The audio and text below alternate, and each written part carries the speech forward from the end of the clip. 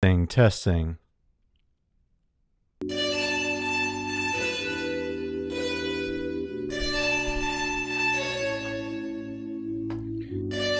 Check, testing. If you all can hear us, can you confirm for us?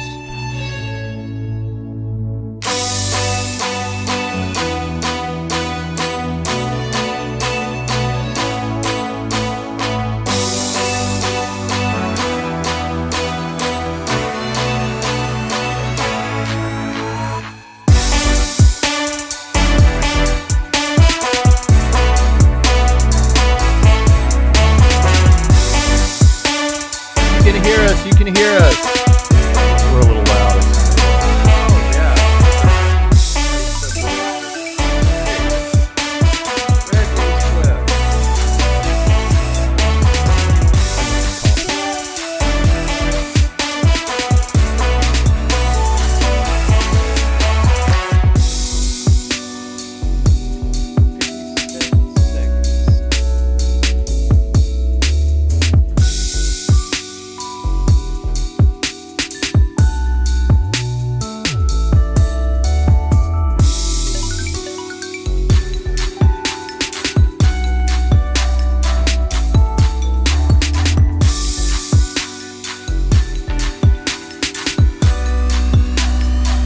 We know you can hear us. We're doing this on purpose.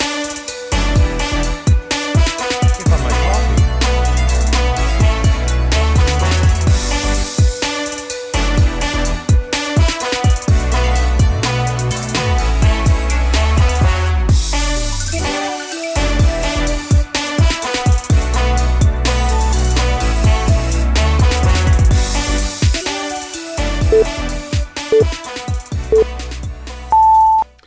Welcome to Trinity Radio. I'm Braxton Hunter, and along with me is Jonathan Pritchett. And the first order of business is to make sure that both of our mics sound like they're coming from our mics.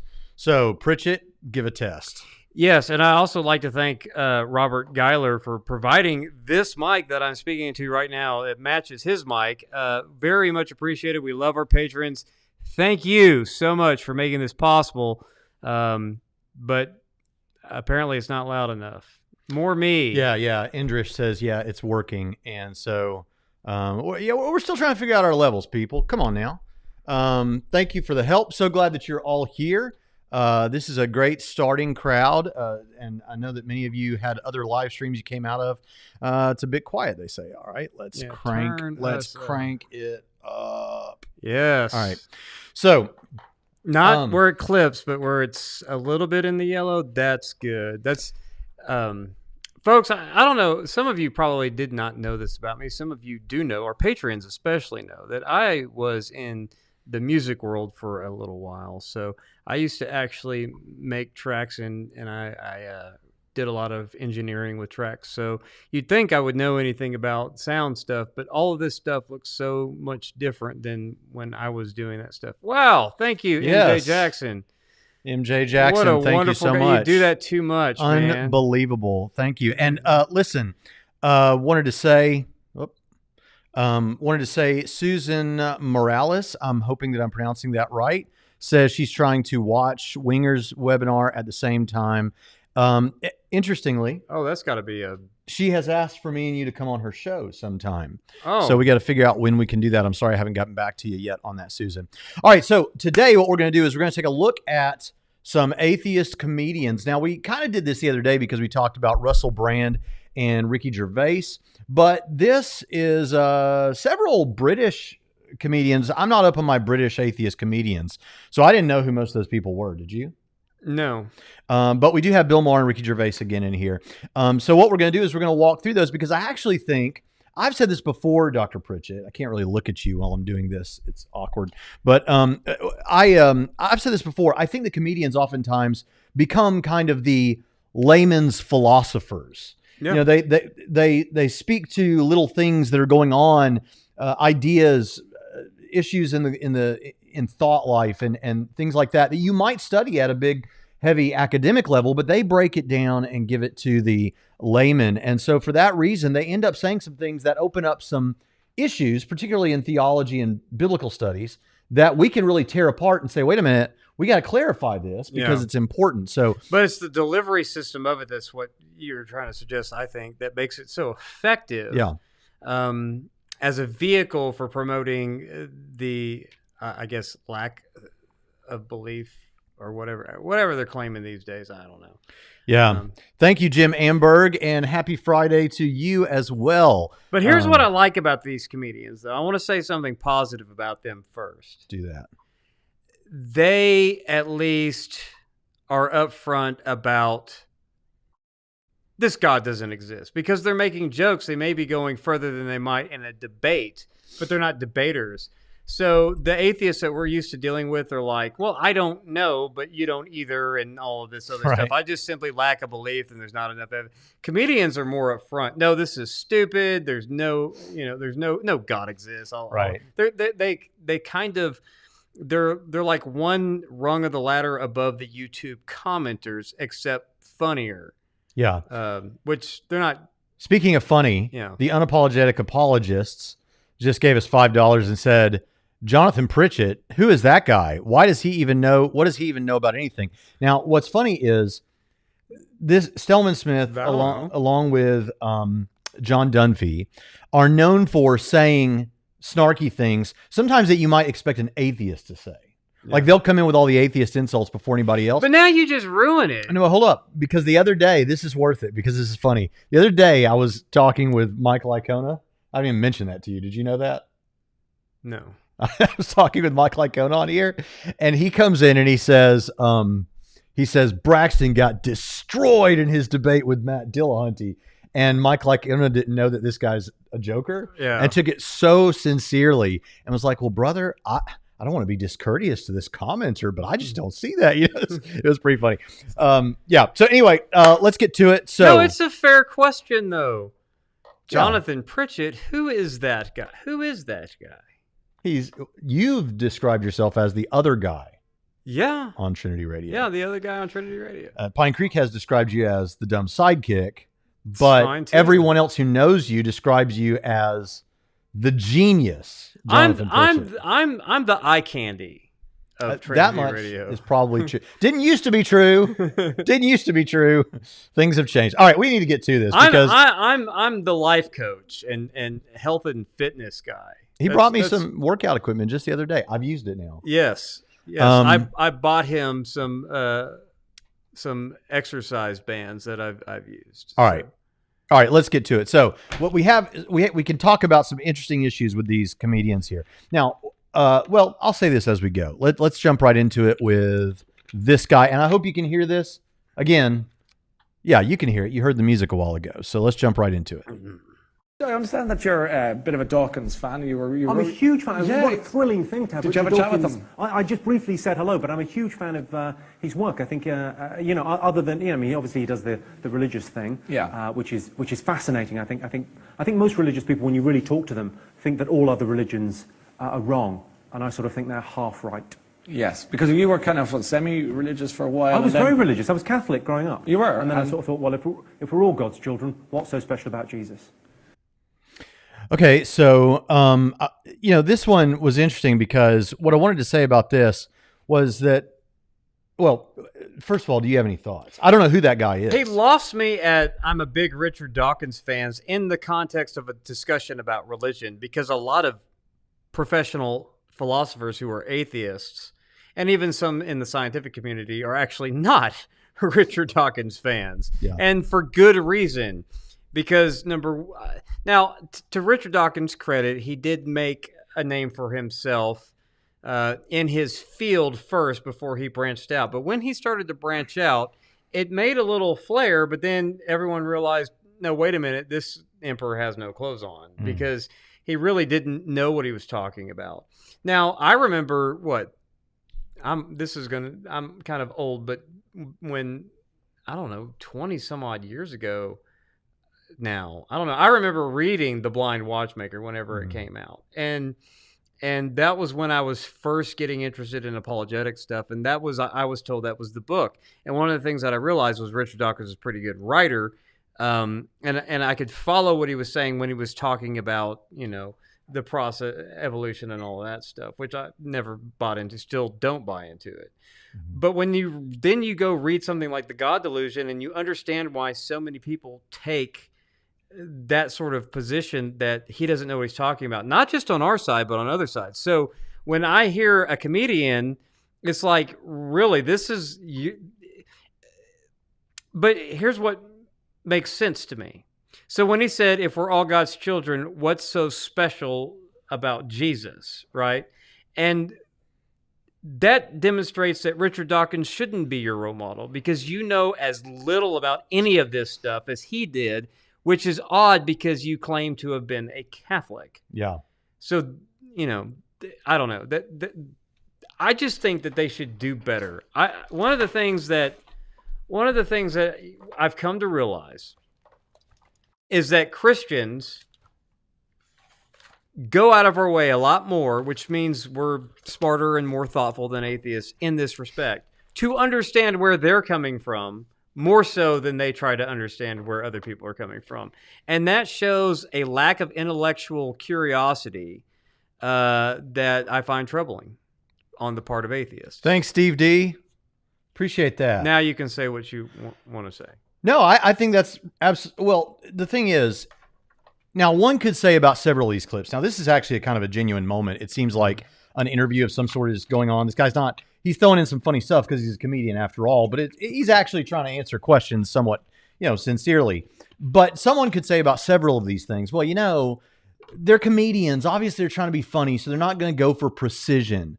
But isn't that kind of exactly what's funny about comedians? Yeah. Is that they do take precise, like really specific. We just watched the new Jerry Seinfeld stand-up special on Netflix, and it's totally clean. Everyone can watch it, and everyone should. My face. Well, it's not total. I mean, there's language, but it's rated PG. So, but anyway, it's really good. And what's funny about it is he takes very specific things about marriage, very specific things about the way we talk, refers to them accurately, describes everything accurately, and then brings out something funny you've never heard. It's precisely the specificity that comedians go with. I remember, I don't recommend this person, but Louis C.K. said one time about how he got on a plane and they had never had Wi-Fi on the plane before. And then and they were like, hey, today, you all are the lucky ones. This is the first day we've ever had Wi-Fi on the plane, and it's free. Everyone can use it. And everybody's, oh, yeah, we're going to use this Wi-Fi. And then about 10 minutes in, this guy says, this Wi-Fi doesn't work. This stinks, and gets mad. And he pointed out, he's describing all this in specificity and accurately, and then says, what was absurd about this is this guy didn't even know this technology on a plane existed an hour ago. And now he's all moaning because it's not working right. The thing that's impressive about comedians is the ability to accurately describe specific and detailed things and then bring something funny out of it. What these guys do in these videos is to get everything completely wrong. It's not so this whole thing that I'm trying to anticipate what someone could say, well, they're just comedians, they're just trying to be funny. Yes, but they're treating religion differently, I think, in this respect. And they do all the other things that they joke about. And it kind of seems a little bit like there's some sort of a motivation there to make Christianity or whatever religion look stupid. But let's say something actually important about the children of God. What does it mean to be the children of God? And if Jesus is a child of God and we're children of God, what does it matter? What's the difference? Here's the difference. The difference is the Bible uses language that has to do with sonship or being God's children or God's people in varying ways, and to apply those on top of each other would be to commit an equivocation fallacy. It means them in different senses. So, for instance, in the book of Ephesians, we see Paul, particularly in the first chapter, describing that now we are, what am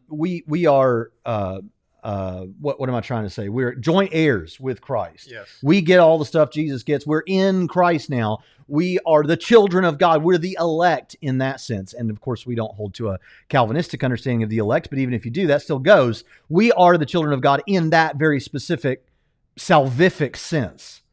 But then on the other hand, if you go over to Acts 17, where Paul is talking to these pagan idolaters, and he quotes from their pagan poets and says, look, even as your own pagan poets say, we're all his children. And Paul is agreeing with this. We're all God's children. Is he saying that these pagan poets who don't even believe in the Christian God are somehow, there's some kind of a universal regeneration, they're all saved now? No, that's not what he's saying.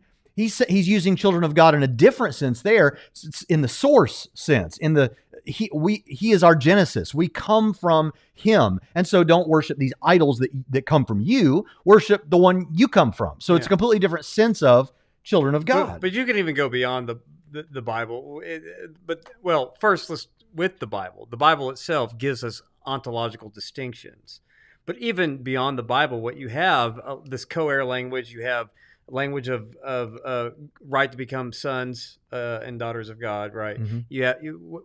But you also have the language of adoption too. What this is it's grasping at kinship language, and there's also the concept of fictive kinship in the ancient world, and they're grabbing this language to express or communicate ideas.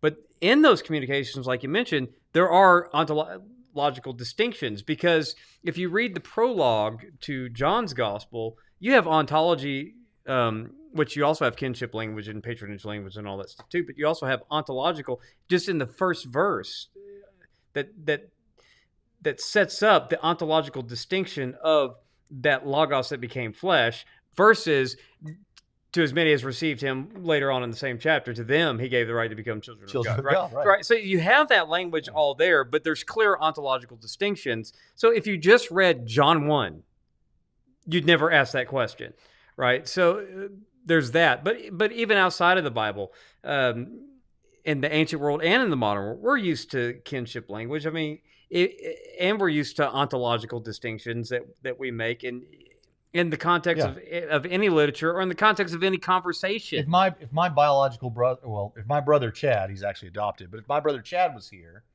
I'd say, hey, bro. Well, actually, I wouldn't say that, but if I said that to him and then said to you, hey, bro. Yeah. Obviously, you're both my brothers, but in two different senses. Right, and the context of that conversation and the people speaking is understandable.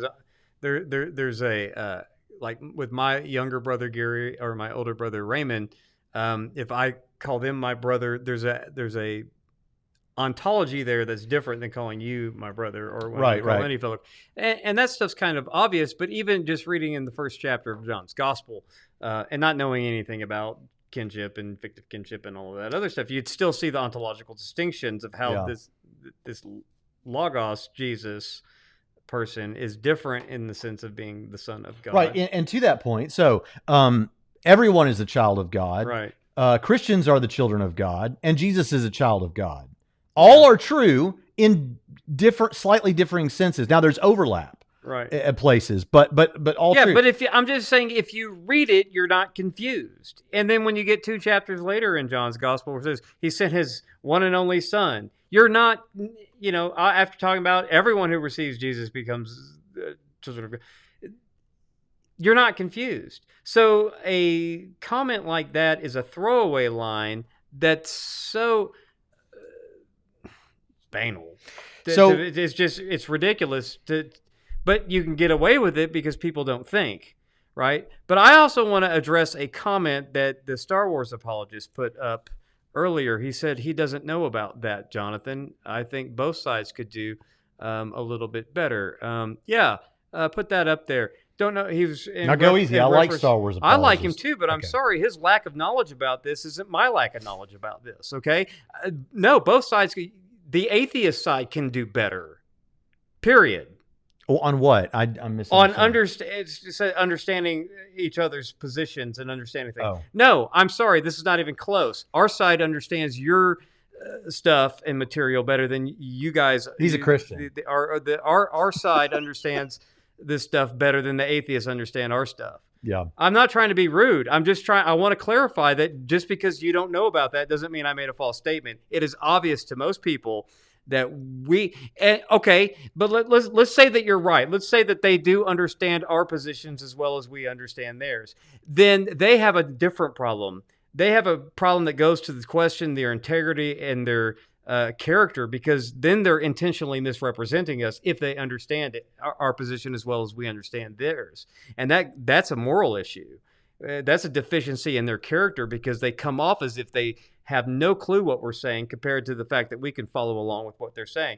And also, we also on our side freely admit things that we don't understand and ask for clarification. Whereas I don't see that same kind of Right. In general, we're speaking in generalities. In general, yes. But that intellectual humility. So no, I don't think both sides can do better. I think that the atheist internet people can do better. Now, like I said, not all of them. There's the one guy at Oxford studying theology, trying to get his head around all of this stuff that we believe. Yeah, it's great. I'm not saying everyone.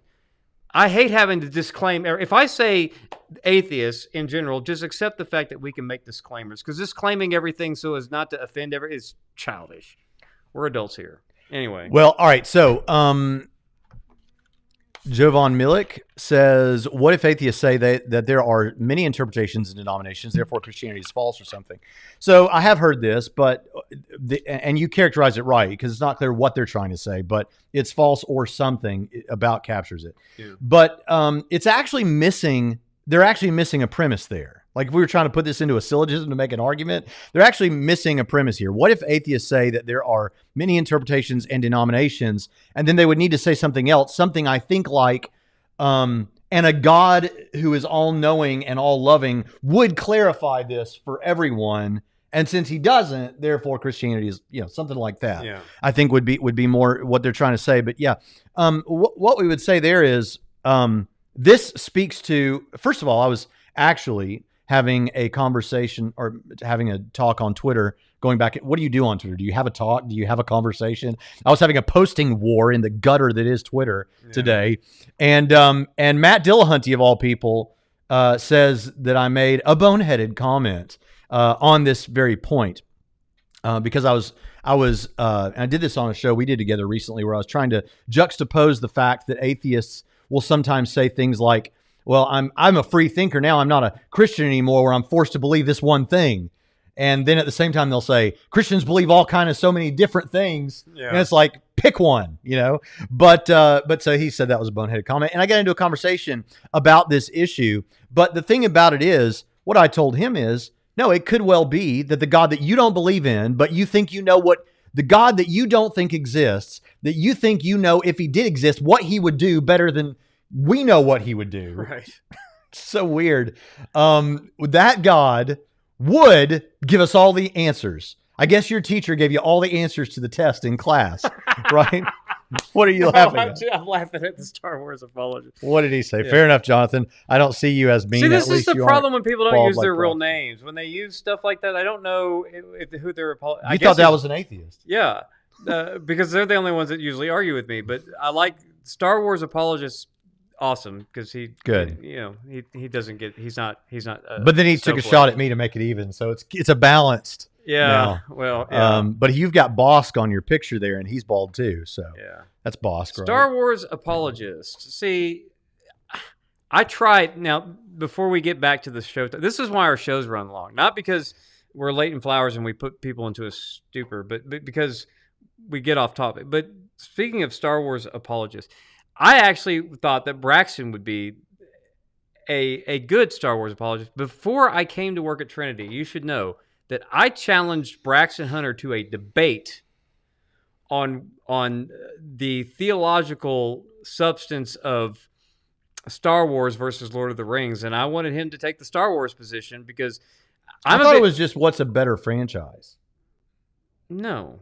Okay. But I'd have that debate with you too. But so far, nothing has materialized. Maybe we need to do that. Yeah. I'm open to it now. Yeah. If you like it, thumbs up. Yeah. All right. So what are we even talking about now? Oh, this question that lies before us. So what I told him is it could be that God wanted to give us answers, wanted to make it very clear about the basic things, but that he wasn't bothered too much.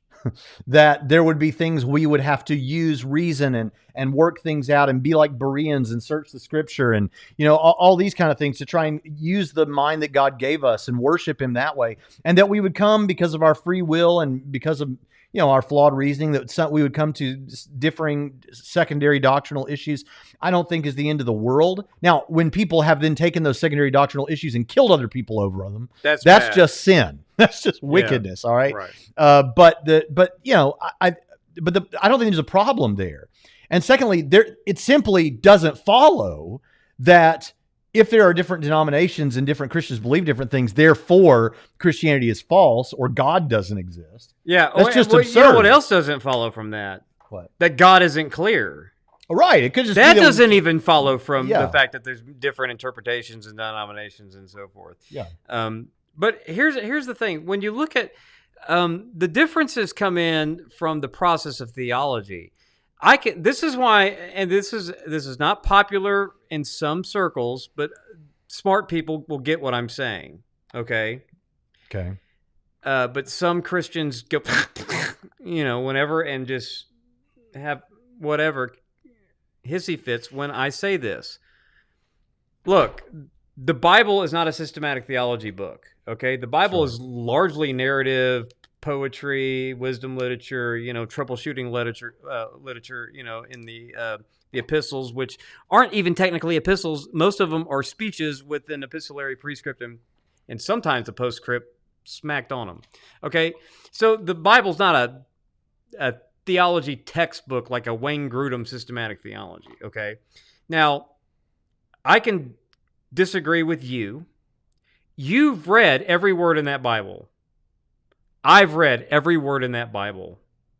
We can go to the Greek and Hebrew. Still disagree on, we can study all of the background material necessary to understand these in context before whatever. You and I agree on what the words say. What do they mean, entail, and imply? That's a different thing. God, I don't even know necessarily was worried about that so much as he's worried about what it says.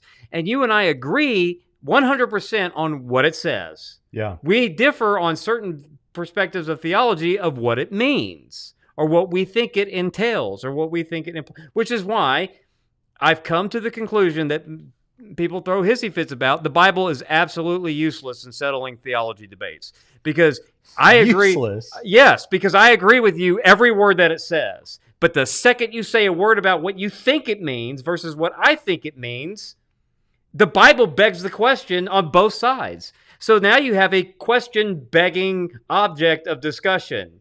So you agree with what it says, I agree with what it says, you agree with what it says in the Greek, and I agree exactly. If there's no textual variant that we want to but so if you appeal to the Bible to support that it means what you says it means, and I appeal to that same text to say it means what I say it means, appealing to the Bible begs the question, and therefore the Bible itself doesn't settle the debate. If we're having an argument, the Bible doesn't settle the debate. It begs the question if you appeal to it because we agree on what it says, we differ on what it means. So what you have to do is you have to go to all of the outside information, and fight over that because you can't fight over the words because the words we both agree with what they say. Yeah. Oh, wow. Okay. She means you look good. That's one of our mods. He looks gay. He looks gay. I can't do anything about that. Yeah, you can get your beer gut back. Okay. Okay. Anyway, so here's the problem. It's because though. I'm dressing like you, but I'm thin. That might be what that could be it. That could be so, it. But here's it's and look, I'm literally wearing these nicer clothes that I'm wearing. Okay. Nobody said that when I dress like a slob. When I started dressing in clothes that you approve of and that my wife approves of, I get this kind of thing. Let's move it on. Okay. Here's the thing. You and I have had a little mini debate on Trinity Radio for the patrons.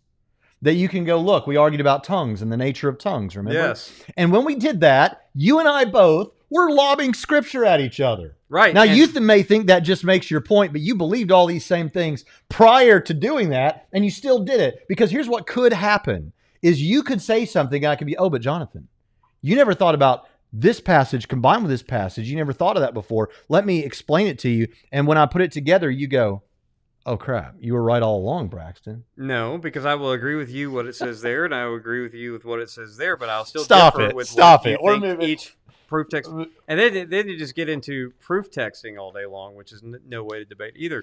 So if we agree with what the text says but disagree with what the text means, you have to debate all of the relevant background information that has nothing to do with the words themselves. Scripture is profitable, man. Come on now. I do believe that. It's profitable for everything in 2 Timothy 3:15 and 16 says it's profitable. I agree. And guess what? All that doctrine that it's profitable for, every doctrine that's clear enough, you and I agree on. So. Yeah.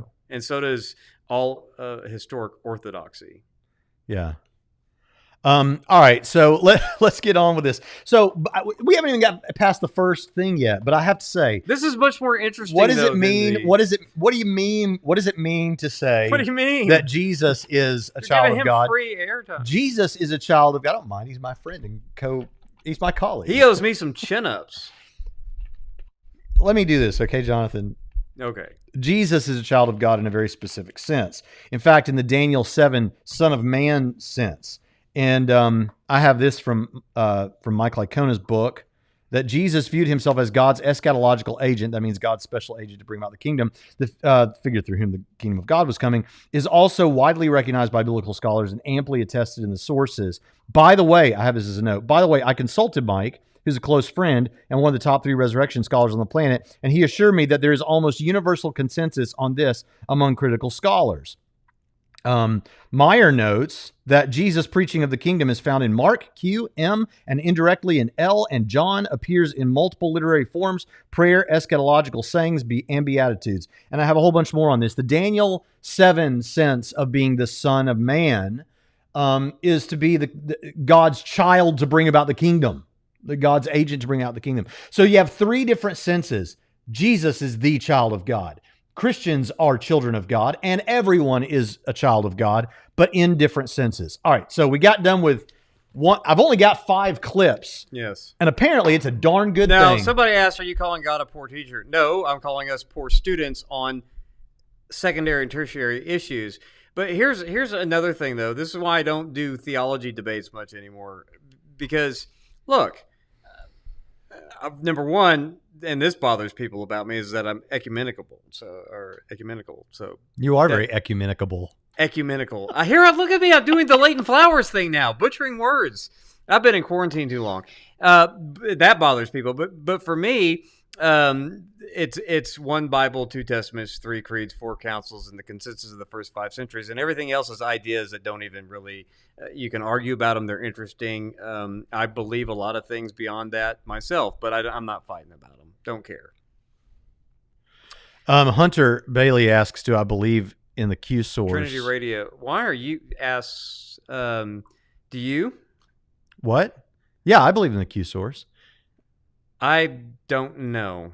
And I think I'm kind of with NT Wright on this. It may exist. Here's an interesting thing. So in Papias, Papias writes, in Papias, that doesn't make any sense. Papias writes, he was living toward the end of the 1st century, beginning of the 2nd century, and he made it a point, we talked about this the other day, but he made it a point to interview people coming through Hierapolis, which is now in Turkey, which was always in Turkey. It's just that Asia Minor is now Turkey. And we're having a loopy day here, man. Yeah. But he mentions that Matthew wrote something, okay, that other people translated, I think is what he says. I have to go back and look, but Matthew wrote something other people translated. If Matthew wrote something that would have been, so the Q source is the sayings of Jesus stuff, most of it. Okay, most of it is the sayings of Jesus. Most of it. But Matthew has a lot of that material in it. Okay, so there is a theory among some scholars that the Q source is Matthew. It's that which is shared with Matthew and Luke. Writing down what he got, like as he was getting it from Jesus. Do you want to teach people? I figure these guys know, but go ahead. Okay, so you have the Gospel of Mark, and a lot of Mark is in both Matthew and Luke. And you're getting up in the middle of a show to get coffee while I say it. Okay. Casual Fridays. Okay. Then you have Q, and Q is going to show up in both Matthew and Luke. But then you also have M, which is that which is only in Matthew, but not in Luke or Mark. And then you have L, which you have in Luke, but not Matthew and Mark. So that's kind of how that all works. So we know this is also known as the synoptic problem, right? Some of y'all may be familiar with that. So maybe we should do a whole thing on that. I don't know. But as far as I'm with NT Wright on this. It could exist. All right, so let's move on to the next thing. This is what Luke and Matthew have in common that's not in Mark, we're going to call it Q. I'm blown away. We've still got 103 people in this. Are you kind of evangelical about your... I think I'm quite evangelical about it. I used to think it was very charming. I used to think anyone's religious beliefs were very charming. And I think there comes a point where you just go, well, I'm like a fundamentalist atheist now. Yes, that's what I was thinking. Much more kind of forthright about the whole thing. But it's not for me to say. I mean, it's not for a comedian. He's a scientist. Yes. And he backs it up with a very interesting and very accessible science. I'm a comedian. It's not my place to tell anyone what to think about anything. No. So, I mean, that's just my opinion. But I'm not evangelical with people that I don't know. But with my friends. A pub conversation, you say, you should read this. It's a bit of... but I mean, to the Late Late Show audience, I'll let them believe any fairy tale they like. Couple of things. First of all, he says, I'm just a comedian, man. I'm not somebody to tell other people what to believe. I mean, I talk to my friends about it, but Richard Dawkins here, he's got all this science behind it. Does Richard Dawkins, Jonathan, have science behind the claim that God does not exist, or any science that would indicate that God probably doesn't exist? No, none. The best Richard Dawkins could possibly do within his discipline is something to do with evolution, which, as we've said many times on this show, as much as atheists want that to be the be-all, end-all that destroys religion, and as much as some Christians agree with them that it would, we think both sides are wrong. And so the best he can do has little to do with whether God exists or Christianity is true, if anything at all. So actually, comedians who, as I've said, communicate philosophy and concepts to lay people, I actually think this, what is his name? Stephen Carr, some kind of Carr, is better suited, even though he's poorly suited, to do this than Richard Dawkins is. Because when Richard Dawkins gets into all of his philosophical speculations in the God Delusion or anywhere else, he's talking outside of his discipline, which means that Carr and Dawkins are on equal footing in terms of who we should care what they think about it. Yeah, he did say something that I found interesting, though. And, two things. One of them, Isaiah Braxton brought up about a fundamentalist atheist. Now, I used that phrase to describe godless engineer. I said he's very much like a fundamentalist, except for the opposite team. And some little girl got really upset about me saying that. But here's an atheist who calls himself that. But I just want to, it's a thing. It comes from your guys. Yeah, it's a thing, okay? But he says he's evangelistic. Right? He said evangelical. But this is what he said. That's what I wanted to get to. He said he's not an evangelical towards people he doesn't know. He's an evangelical towards his friends. But he doesn't make this a point. Yet a lot of his shtick is he's a non-believer. But what struck to me about that is, you know what? That's also something that's unfortunate, that Christians are happy to talk about Christianity. We talk about this all the time these days amongst their other Christian friends, but unfortunately, Christians are not very evangelical in that sense to people they don't know anymore. And that statement that he said, I'm not evangelical to people I don't know, resonated with me because I know far too many Christians who are that same way about their beliefs these days. And you and I talk about this all the time, how people, and when it comes to personal evangelism, when it comes to evangelistic ministries like the one that you have, it's just not a lot going on. So I was like, I'd like to say something about that, but unfortunately, there's too few Christians who are evangelical in the sense of evangelizing. Yeah. Yeah. Now, I want to say somebody says that our audio software could be something wrong with it. Hey, I'm on Facebook. If you'd be willing to talk with me on Facebook, I really appreciate that. Let's see. Anything else? What AV software are you using? Somebody says, I believe that a scientist looking at problems out of their field is just as dumb as the next guy. Richard Feynman. All right, so let's move on from this and let's get to the third clip. There's only 5 clips. I said somewhere myself, though, the reason why I don't talk about science because it's outside my field, and I even said in one of the clips that we have from either Florida where we did the Q&A or Wisconsin, or one of those clips that you put up where I actually say to Christian apologists, don't talk about things you don't know. And when apologists talk about science and they don't know anything about science, that grates on my nerves, because I know that what you're doing is you're repeating something you read in a book either by a scientist or at least an apologist like William Lane Craig, who spent several decades studying physics, but you're just repeating the quote, and you can't go an inch deeper than that, and that you should stop it. Okay, this one's kind of funny. I mean, if any of them are funny, this one's kind of funny, I guess. Let's go ahead and listen. We've got non-denominational secular education. There's no religion in our schools. Yeah, that's the way we're doing it. Like whatever. So imagine my surprise, the twist that I've had to sit through 2 nativity plays already. We're atheists in a non-denominational secular school. What the hell am I doing watching? My objections are predominantly theatrical rather than theological. But I got to sit through a lot of these things on tiny chairs in school halls, right? It's not comfortable. And I'm saying to my wife, why are we here? And she's going, Tara, it is a Christmas story. And I'm going, there are lots of Christmas stories they could do, right? They could do a Christmas Carol, a delightful Christmas story. It's a Wonderful Life, a beautiful, Die Hard. Die Hard. They could do Die Hard. I would be for that. But see, that's the thing. That's why I have the advantage. This is the dumbest thing that atheists whine about. Like when public schools have to. Wait a minute. Before you go. Okay. Jesse Tinsley, thank you so much for that super chat. That Christianity is a fairy tale while claiming to be a lacktheist. Yes, we got into this somewhere recently about people will say that they're lacktheists, that they just lack a belief in God, and they're not saying that God doesn't exist. Don't hold me to that burden of proof that God doesn't exist. But then when they use this language I don't remember who I was talking to where this came up, but when they're using that language of it's a fairy tale, I can't believe we're in the 21st century, people still believe this sort of thing, and they use all that kind of stuff, they're betraying that they actually do actively disbelieve, that they hold the belief that God does not exist, not just that they don't have a belief that he does exist. So you can't do that. If you run into, this is the way I said it the other day, if you run into someone who says that they lack a belief, so that they don't have to have a burden of proof and argue that God does not exist.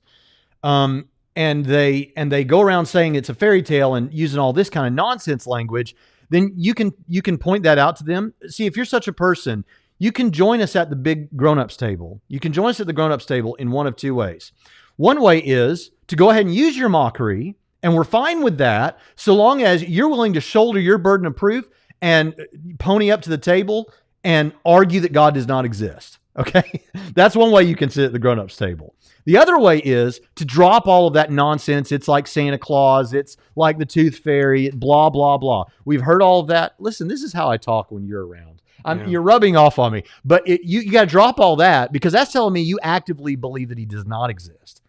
Instead of, I'm open-minded and I don't know, but I just lack a belief.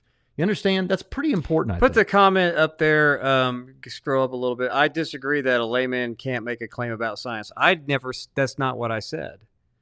I make claims about science too. What I said was apologists making arguments based in science when they don't know what they're talking about and repeating the work of others. That's what I said. I've seen that too much and they should stop. And I stand by that. That doesn't mean laymen can't make, or that laymen can't even repeat scientific claims. But if you don't know anything about what you're talking about and you just spew out something you read in a William Lane Craig book, and then the person actually that you're talking to does know what they're talking about, and they start talking about sciencey stuff that you've never read past the quote, they're going to own you, and you should get owned in that scenario, because you're talking about things you don't know about because you didn't do the work that either your opponent did or that William Lane Craig did. I've seen this happen to apologists all the time, and it discredits them, and they should stop doing it. That doesn't mean laymen can't make claims. I'm a layman. I don't know much about science at all, and I talk about sciencey stuff on occasion. Not much, but I do. That's not what I said, so I want to be clear about what I said. But apologists shouldn't argue as if they know all of this scientific material that they don't know. They said they misunderstood your point. Okay. So what burden of compelled unbeliever says, what burden of proof is there for I do not believe? No, that's precisely the point. If your position is, I just don't believe, I lack a belief, not I believe God does not exist. Okay, this is the fundamental difference in how we define atheism that is always such a topic of delightful conversation. Mm-hmm. Do you mean it in the more academic, scholarly type Graham Oppy sense, where atheism is one who maintains a position that God does not exist? Or is it, I don't believe God exists, I lack the belief? Okay, if it's just I lack the belief, then I shouldn't expect to hear you saying it's a fairy tale. Okay? Yeah. Because that is a claim that it doesn't exist. It's not real. It's not true. That's all I'm saying here. Yeah. So you get to choose a side. And as if you make the atheist. claim, you have to back it up with the burden of proof to satisfy the claim that you made. But back to this guy. This is the comedian. Or do you have anything else to say about this? Okay. Yeah, if you make a claim, you got to support it. If you claim that my beliefs are a fairy tale, prove it. So, this guy's I don't get these. These are like the atheists that whine about the 10 Commandments, or they whine about "In God We Trust" on the dollar bill, wasting their time. This is nonsense. I don't get offended by Santa. I know there are Christians who get offended, and trust me, I have them in my Facebook feed. Christmas is a pagan holiday. You know, you're going to hell if you dress your kids up as witches and go get candy. Yeah, I'm not into all that stuff, right? But most Christians are normal people, and we can do harmless cultural activities and still have our religious beliefs too. I can, as a Christian, celebrate the resurrection and paint eggs at the same time. One doesn't take away from the other. One is certainly not as important in the other, but doing the one doesn't distract from the importance of the resurrection, doing the egg thing, right? I can because I can Christmas enjoy tree. cultural things. I can even enjoy you give me some food on a Islamic holiday or a Jewish holiday, I'm going to eat it. I'm like, do you guys understand I'm not like worshiping or anything? Right. Oh, you do? Okay, let's eat. Yeah. Oh, yeah, cool. Can I have some of that? It looks good, right? I can enjoy cultures, right? And not be offended by it. Yeah. But these atheists, even if you don't believe it's true, it's still, even if you believe it's a fairy tale, you're not offended by other fairy tales. Why are you offended by this one? Or better yet, specifically religion. Yeah. Are you bothered that on some of your architecture there is like Greco-Roman stuff, like gods and stuff from Olympus? Are you bothered by that? Probably not. Yeah, if this is for the sake of a punchline, it's pretty pathetic. But if it's more than that, if it's a deep-seated intolerance towards culture and other religions, it's pathetic. That's all it is pathetic. Well, and just look, Christianity. Just stop being offended by it. Christianity is a part of, even if it's in the future not, it is a part of our cultural past. Yeah. It is a part of what we're doing this time of year in most of these Western countries, especially in European. I don't know exactly where this happened, but this is a British guy, sounds like, I guess. I hope, now that I said that. But he, you go to London, you go to places like that, it's very much a part of the cultural history. So accept it as that. Appreciate it as that. If you don't believe it, fine. What's the big deal? Yeah. On the other hand, if they don't do it, it's not like I'm ate up about it, really. Why? But see, like I said, if it's just for the sake of a punchline, okay, whatever. But that's still that's grasping for comedy. But if it's more than that, if you're really bothered by nativity scenes and public school kids having to see these kinds of things, that's just ridiculous. Okay, excellent. Now, I understand that people in the comments but it wasn't even are funny. Interacting the only thing with I us, liked was the Die Hard thing, because I could get behind that. Yeah, sure. A miniature Nakatomi Tower and little Bruce Willis and all that. He's not British, he's Irish. But look, I understand that you're at a disadvantage in the comment section because you can't verbally respond to me in real time like I can you. So I'm taking that into account, compelled unbeliever. But this is great. You're saying here Christianity could not be real by doctrine. For example, it cannot be all loving and all powerful while there is suffering. God can't be all powerful. Man, I've never heard that. Therefore, I do not believe in a God that could not be real. Yeah, so you don't think this God of Christianity can be real, so you reject that God. Great. Okay, that's not great, but that's great in the sense that you're playing the game. That means now you are taking one of the classic atheist arguments, a sort of argument from a family of arguments called arguments from evil, and you're saying, I'm presenting this argument in demonstration that such a God does not exist. that means that you're not the type of person that's just lacking a belief. You're saying that God doesn't exist. No, that means you hold could a burden. not, can't. This is a exist. modality. This is not the evident, the probabilistic. This is no. the This logical. is the logical argument. Yes. Now take that away. I'm going to take my break now. This means that you now are in a position where you hold a burden of justification or a burden of proof, where now you need to be the person to show that this God does not exist, so defined. And you would do it perhaps in the manner that you're bringing up, one of the classic arguments that atheists will use, an argument from evil. Now, you're going for, as Pritchett mentioned, a logical argument from evil. And with a logical argument from evil, which has been pretty well put to bed by modern philosophy for the past several decades, it only shows up now among YouTube atheists. And I'm not talking about you, compelled unbeliever, necessarily, but it shows up on the internet. Because people, the old guard, Mackey and people like that, now it's Rowe, and people like Rowe will go with what's called an evidential argument from evil. And an evidential argument from evil doesn't say, therefore, God does not exist or this God could not exist. What it says is it's less likely that God exists given these particular issues. It becomes a probabilistic enterprise. But whatever the case may be, I'm fine for you to play that game. The problem is if you're going to advance that sort of thing and say, therefore, this God can't exist, could not exist, then you are making a claim. And now that you're making a claim, you have your share of the burden of proof to shoulder. So that's what we mean by that. That's how that works. All right, let's go on to the next clip, and Pritchett will catch it when he gets back. People come to me all the time, and they say, Bill, I'm with you. I saw your movie. We're right here. I don't believe in that crazy biblical nonsense, just the central story. Oh, you mean the stupidest part? I mean, come on. God had a son. I mean, time out right there. God had a son? He's powerful beyond all imagination. He exists in a realm above time and space, but he has kids? What is this, Bonanza? He has a son. God had a son, and he said to him, Jesus, I'm sending you down to earth on a suicide mission. But don't worry, they can't kill you because you're really me. But it is going to hurt for a few days. I'm not going to lie about that, son. There's about 3 days you're going to hate me, but I'm doing this for you. I mean me. What am I saying? I'm me, you're you. But I go myself, but I have you. Me, what am I saying? Anyway, now, Jesus, here's the plan. I, God the Father, wink, wink, I'll go down to earth first. You see, we'll split up the work, because there's two of us. Not really. I'll go down to earth, and I'll see if I can find a virgin Palestinian woman to impregnate so that she can give birth to you.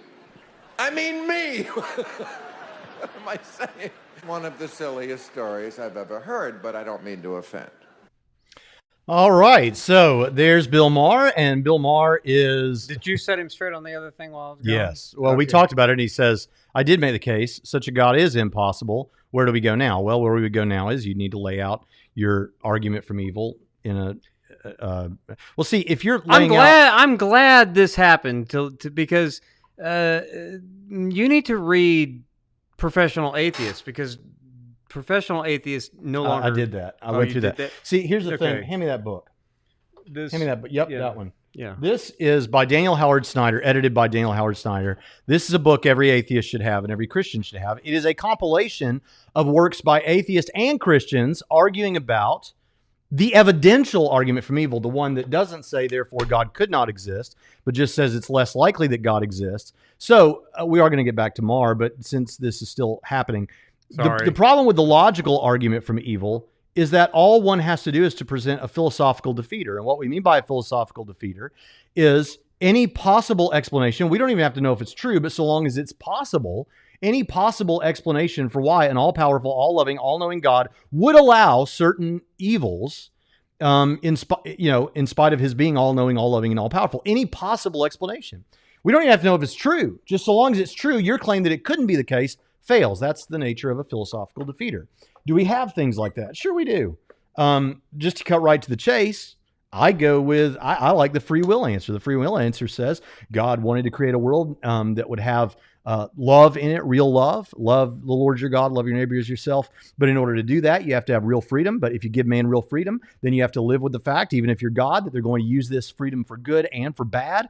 If you say, well, then why doesn't he step in at every turn and stop every evil thing that happens and blah, blah, blah, you end up with an unworkable world in terms of physics and everything else, or costing yourself free will. That's just one explanation. It could be the character building answer that God created the world the way that he did because experiencing suffering builds our moral character and integrity. It could be any number of things. There are a number of what are called theodicies, but they also can serve as what are called philosophical defeaters.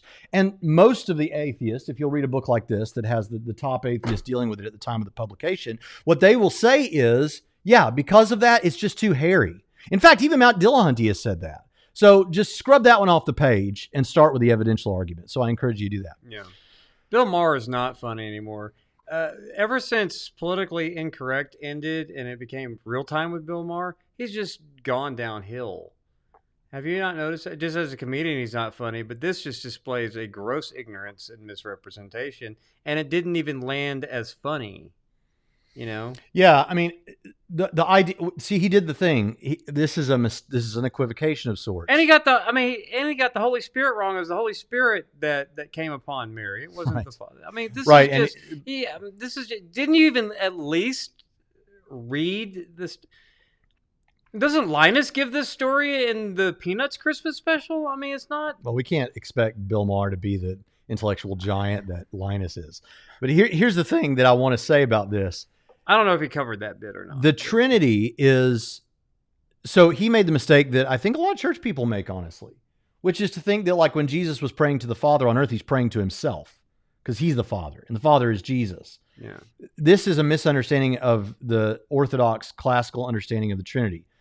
The Trinity is three persons and one being. That's it. It would be a contradiction if it was three persons who exist as one person, which is kind of what Bill Maher was trying to point out. It'd be a contradiction if you said three beings and one being. Yes.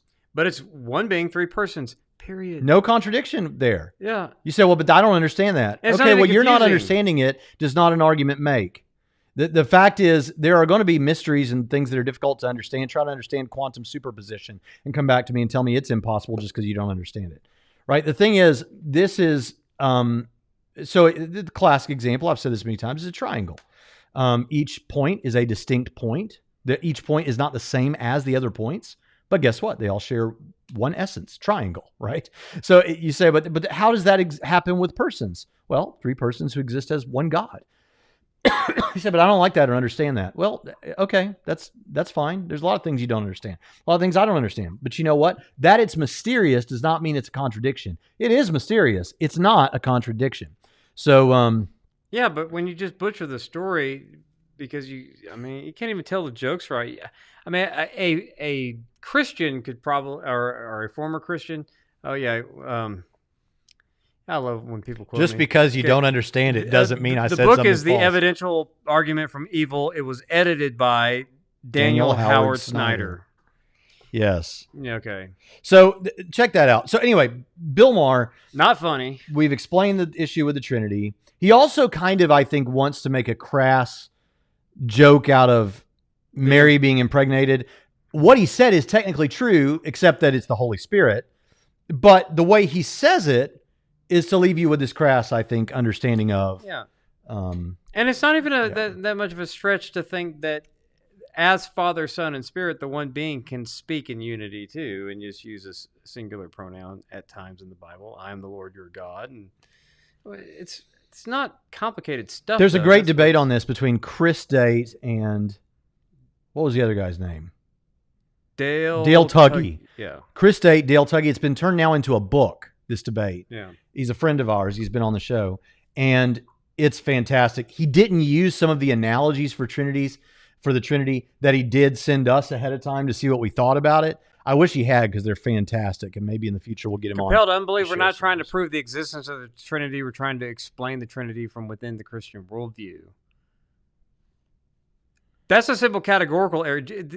Either you misunderstood why we're explaining the Trinity for what we believe it to be as an argument, which it wasn't, or you're just stating something that's irrelevant. And actually, as much as I matter. appreciate that you're trying to show why it's not a contradiction, that is actually an improper explanation of the Trinity. Because if I say I am a father, I am a son, I am a husband, I'm still talking about one person. And not. Yeah. But thank you. And look, if we come off sounding a little gruff today, frankly, I don't know why that is. I'm having a great time. I think it's just when Pritchett's here, I get a little loosey-goosey and a little snarky, but I love all of you. This channel exists because we love atheists, so don't be too upset. All right, let's move on to the last one, acts of God. They couldn't get their money back because the airlines were saying, no, we can't pay you because the insurance companies won't pay us because they're saying it's an act of God. What isn't an act of God? If you believe in God, that's sort of a definition of him, isn't it? That he does everything. He's all-powerful and he's everywhere. He invented everything. Before he was around, there was nothing. He invented time, space, everything, okay? So he's across it all. Nothing happens by mistake. No, he's not absent-minded. A volcano going off. It's not like him going, oh, I left the oven on. And who are these insurance companies that know what is and isn't an act of God? How do they decide? Have they got a hotline to God? They call God up, do they? And go, ring, ring. Hello? Hello? Could I speak to God, please? Speaking. Oh, what? I didn't think you'd answer the phone yourself. What do you want? Sorry, that volcanic ash cloud, was that you? Yeah.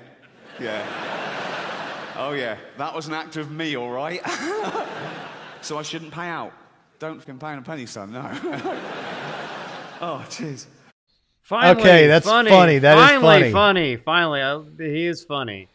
And I actually agree with him on this with respect to the insurance companies not wanting to cover things. And because I'm not a Calvinist, while I do believe in the omnipotence and omniscience and sovereignty and omnipresence of God, I don't believe that God is behind every volcano. I don't believe that God is behind every hailstorm, like actively causing it to happen, in that kind of sense for a particular reason.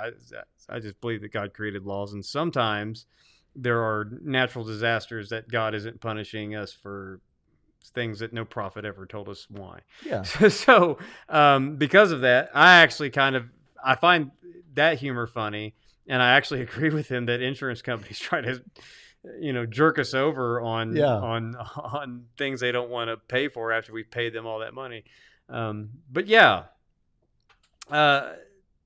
Well, 1 out of 5. But here's the thing about this. This actually does a couple of conversations here that, by the way, Star Wars apologist, your new friend, says, Braxton, or he's talking about me, I think, you are the nicest man I know. Jonathan has corrupted you, lol. So no response to that? I live with you every day. They just know you on camera. I know the real. He's meaner than I am. Believe that. Eli Ayala talks to me regularly on the phone. He's over at Revealed Apologetics. He's a presuppositional Calvinist apologist, and we're good friends. And he said to me one time after we'd had several conversations where I was just really blunt with him because we disagree on obviously some things. Yeah. And he's like, dang, man, you're just a lot more straightforward on the phone with me. So maybe you're right. Yeah. But look, and he thinks I'm as just nice and charming as can be. So here's what we need. You should go check out my conversation with him. So here's what we need to say here on Revealed Apologetics. No, I have to live. No, we don't live in the same house. He lives about 5 minutes from. Yeah, it feels that way. Yeah, but I mean, we're here 5 days a week, and we're talking on the weekends. It's practically I live with him in the sense that you really are a huge part of my life, and I'm actually happy about that, brother. Love you, Jonathan. I love you too, man. Social distancing be darned. That's right. Careful, right. I was called gay earlier and you're touching my knee. Endurish. No, they just said you looked gay. Oh. Endurish says, I believe you, Brian Braxton. Let me know if you need help. No, I'm not under duress. All right, so there are actually a couple of interesting, I think, deeper conversations that could come out of this. Yeah. One is, like you just kind of said, so every bad thing that happens in the world is, in a sense, a judgment of God. That may surprise you that I say that. If you go back to the garden. If you go back to the garden, the creation falling is a judgment of God. Yes. But that's a different question from, is a particular instance, a particular judgment for a particular thing like Sodom and Gomorrah. Yeah. Okay. So whenever someone comes out and says that COVID-19 is God punishing the world because of abortion or whatever, which weird way to do that. Right. But that is someone claiming to know the mind of God, and we don't practice divination around here, right? We don't. The thing about it is that it is a judgment. COVID-19 is a judgment of God in the sense that the universe is fallen. Yes. But it is not necessarily a specific judgment for a specific thing. It might be, but I don't know that, and neither do any of you. Right. And God sent no prophet that we could verify to announce it ahead of time. Right. So, that was speaking authoritatively. So that's an interesting point. So we call that a passive judgment in that it goes back to the fall, but that's not necessarily an active judgment. An active judgment being a judgment for a particular thing in a particular way. All right. So there's that issue aside. The second issue is I actually think that the insurance company raises a relevant question. Of course you're going to side with the insurance company. What is the insurance company doing when they refer to acts of God versus things that are not acts of God? Getting out of their responsibility to pay for things. That's what they're doing. Well, that's true. But after you've paid them tons of money every month. But we're talking about things that are, in it. I mean, we obviously insurance law is a whole, or rules and regulations. That's a whole thing, right? There's all kinds of little loopholes and little things and blah, blah, blah. But simply put, what we're trying to figure out is this something that just happened because of nature? Or is this something that maybe you did? Right. Is it a free will thing or is it not a free will thing? Kind of, right? Yeah. I mean, obviously it's more complex than that. But the thing about it is, this is an interesting issue. Acts of God we could refer to as things that we had no direct control over versus things that we do have control over. So when he says, and you brought up Calvinism, when he says something like, well, isn't everything an act of God? No, not in the sense that you're talking about. No. Like somebody said to me on, the other day about, or on Twitter about, well, if God controls everything, then isn't everything and everything happens according to God's will? There are Christians that think that. Guess what? I don't think everything that happens is according to God's will in the specifics. God has a will in the sense that he wills that man be free for certain reasons and that ultimately man choose to accept him. So in that grand sense, it's in God's will. But in the much more colloquial sense, did God want that to happen? No. Did God make you do that? No. And that's an important and relevant point. See, it's the difference between this whole distinctions that Calvinists make between a decretive or secretive will and a prescriptive will. Yeah. Whereas we understand wills, like everyone understands wills, that you have an antecedent and a consequent will. So my antecedent will is that my kids obey all my rules. But the consequent will is, but if they do disobey, and they do, then they're going to be punished. But I don't will for them to disobey. Right. But there's a consequent will that if they do, consequently, they're going to be punished. But antecedently, my will is, and I believe that God's will is antecedently is like mine. I don't think that God decrees evil or authors evil or whatever language you want to get out of saying that God authors evil to uphold confessions that don't matter when it amounts to basically the same thing. Anyway, I'm sorry, Calvinists. I'm just trolling you. Yeah, we love the Calvinists. But at the same time, but my thing is, there's a difference with the insurance company with, was this a quote unquote act of God, which I do like. Here's what I like about the phrase act of God, even at the level of insurance scam, because it's what it is when they don't pay for what you paid for. Right, when they write that off. But still, it's that God is so prevalent in the culture that you can use it in insurance claims, right? Yeah. But the difference between that and like you setting your house on fire because you didn't put your cigarette butt in the ashtray and you just threw it next to the grass and whatever, right? Because they don't want to pay for that either. And they probably shouldn't. You shouldn't smoke. and litter your butts in your own yard. But I'm from Arkansas, so don't litter your butts in your own yard. Right. Don't litter your butts. That's the quote of the day.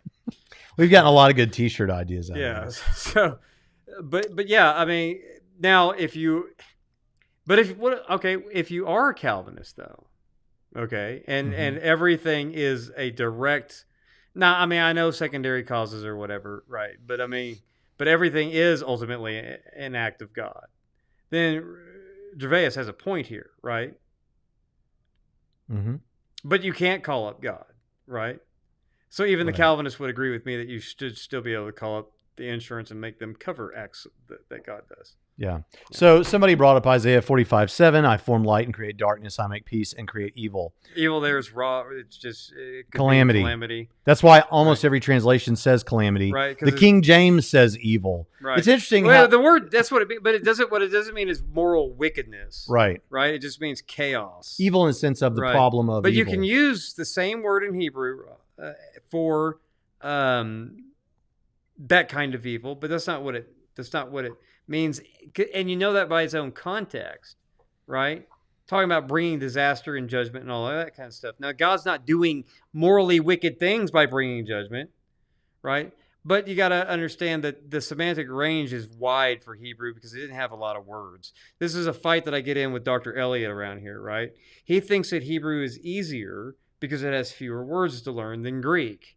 But because the semantic range can be so wide versus Greek, and even is still, I mean, semantic range of words is wide in any language, but I think Greek is easier. But he says, so we have that argument of what's easier to learn, Greek or Hebrew. But anyway, the point is in that both context and that verse itself, it's not talking about moral wickedness. It's talking about calamity or disaster or chaos. But that is also a heavy theme for the ancient Mediterranean world. Because everything. And again, I don't mean this to be aimed at compelled unbeliever who brought that verse up. But the reality is we do hear that quoted a lot among the atheist community. And of course, it is the King James, which goes right back to the independent fundamentalist atheist that we were talking about at the beginning of the show, who has to use the King James. There is. I love the King James, by the way. Yeah, I love the King James. It's just Bible. that you need to understand the use of language and what's going on and look under the hood, see raw and look at what does that mean. Look at the context of the passage itself. Yeah. And understand what's being pronounced there. Matthew Jackson says, Jonathan Pritchard, are you Paleo-Orthodox? Yes. Actually, but because I do affirm credo baptism, I say that I'm a Paleo-Baptist, which is something that a Trinity student, Austin Long, came up with. But so I like that. But yeah, basically Paleo-Orthodox. But since I have not personally, I don't care about infant baptism. It's not, like I said, don't care.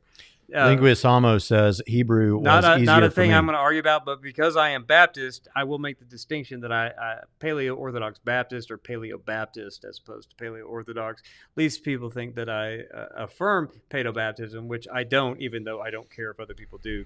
What do you say to this, Jonathan, with Isaiah 45:7 in mind? Yes, many translations soften the translation to make them more palatable. Clarifying, again, hermeneutics, context, what's being discussed there, what are the categories under the discussion there. It's clear. Here's a thing. Go read Christian commentaries. We've been writing about Isaiah since about 2,000 years now. Yeah, I mean, this is that. I mean, that's not even a question. Yeah. Now, now sometimes translators do try to soften stuff up. For example, in Galatians, when Paul is talking about when Philippians 3, they soften Paul's language there. And when Paul is talking in Galatians about circumcision and says that he hopes that the knife will slip. Yeah.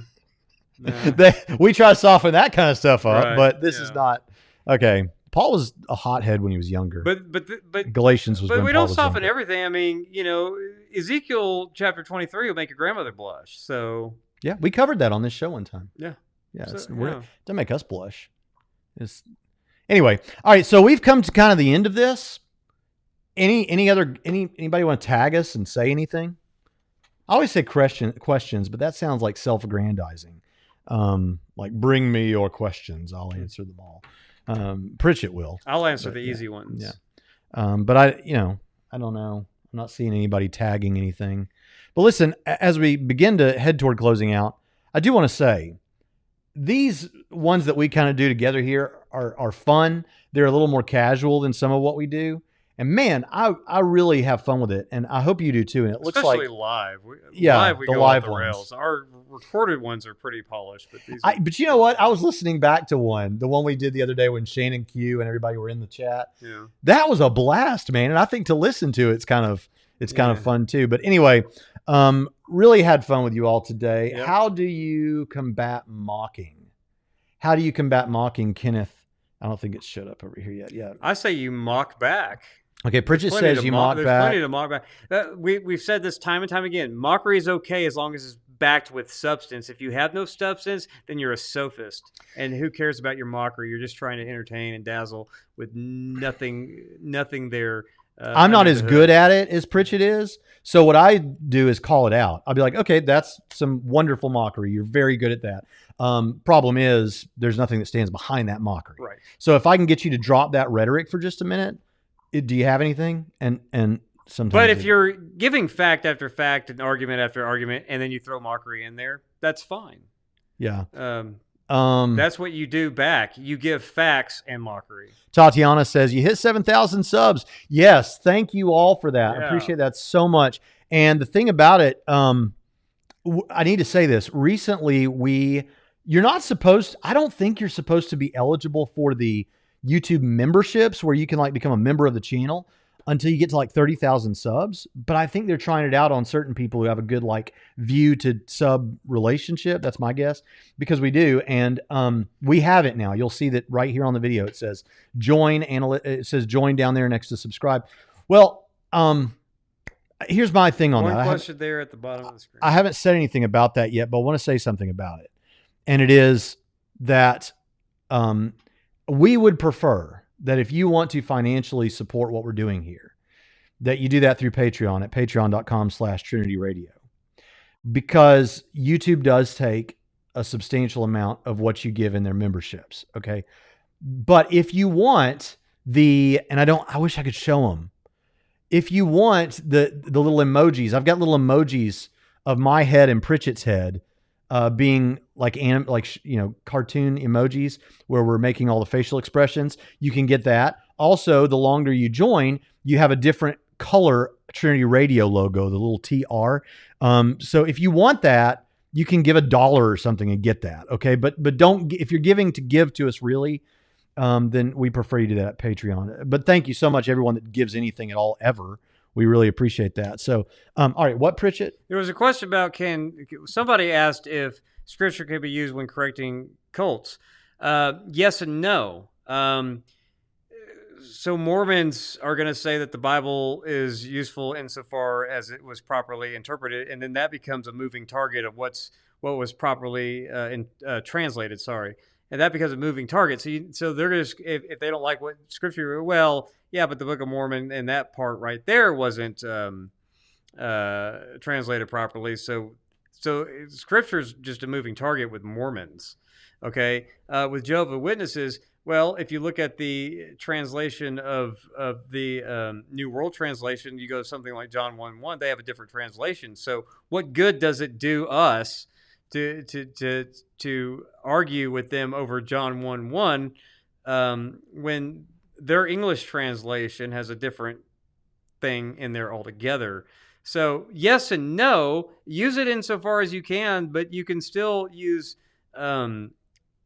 what I would call philosophical arguments that spring from concepts that we find in Scripture to defeat them, but and then you can also just use their own history against them, which I find to be more effective.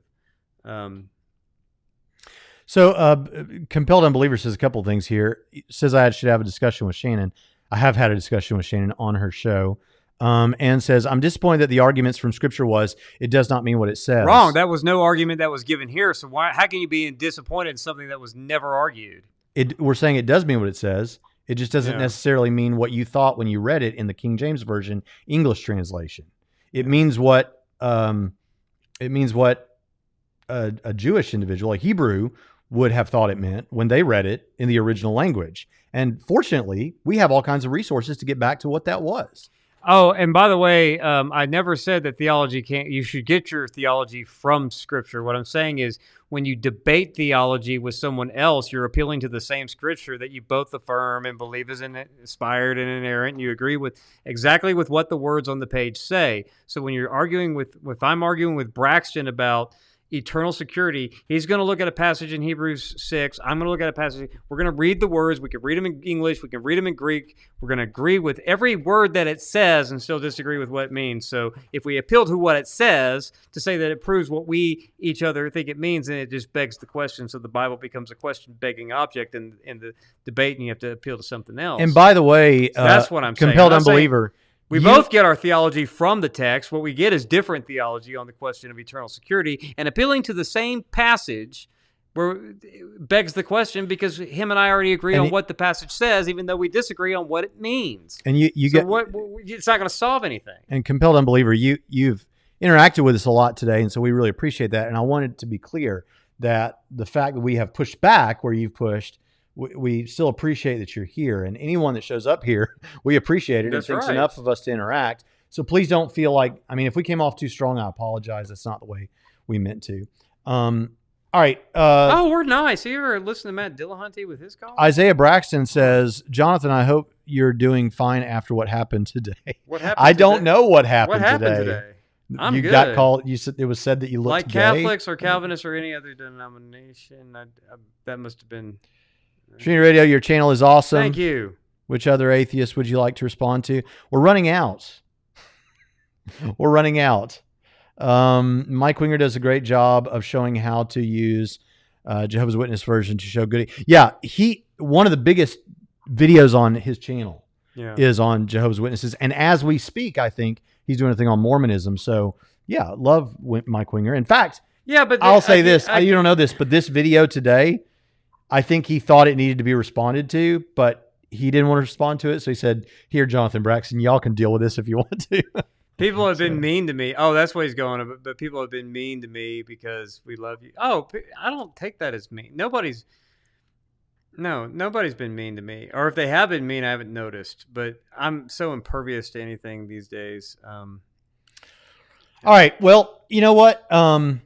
This has been fun. Thank you. This has been a blast. And I look forward to having more discussions like this. Yeah. We need to hang out and talk more. And a shout out to Mike Winger, like you said, for giving us the topic, because sometimes we're at a loss of what to talk about. So Trinity Radio, keep looking gay, Jonathan. You got it. I finished the Chronicles of the Adonai series, and they were great. You read the whole series, John Beavers? I haven't even done that. The whole series? Well done. Wow. You know, I can see my wife sitting here going, all these gay jokes, and she's like, well, how come they're only picking on me with that? They're not picking on... Because you got skinny and good looking, and I got fat and ugly. Oh. But look, the Chronicles of the Adonai fiction series includes apologetics. It's my attempt at fiction. He's the one who touched me. I'm not the best at it, but I would love it if you all would go out and check out the first one. God, a few typos in there I need to fix. But I read the first one, and it was pretty good. I've not read the second or third. Glad you were here, Compelled Unbeliever. Glad you were here, Star Wars Apologist. Yes. Glad everyone was here, Brando, everyone, Isaiah Braxton. Thank you all so much, and we'll see you next time on Trinity Radio.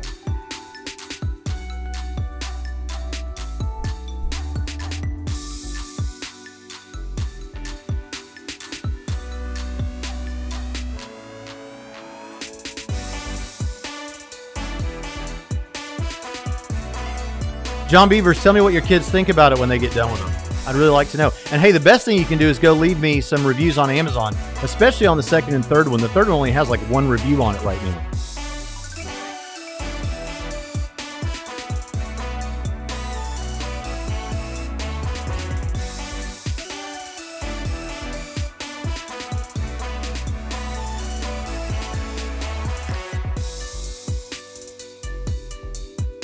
Slam RN says sexy.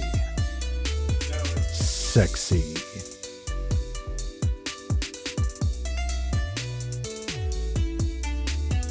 Yes, thanks everyone for the super chats. Really, really appreciate that. Thanks, John Beavers.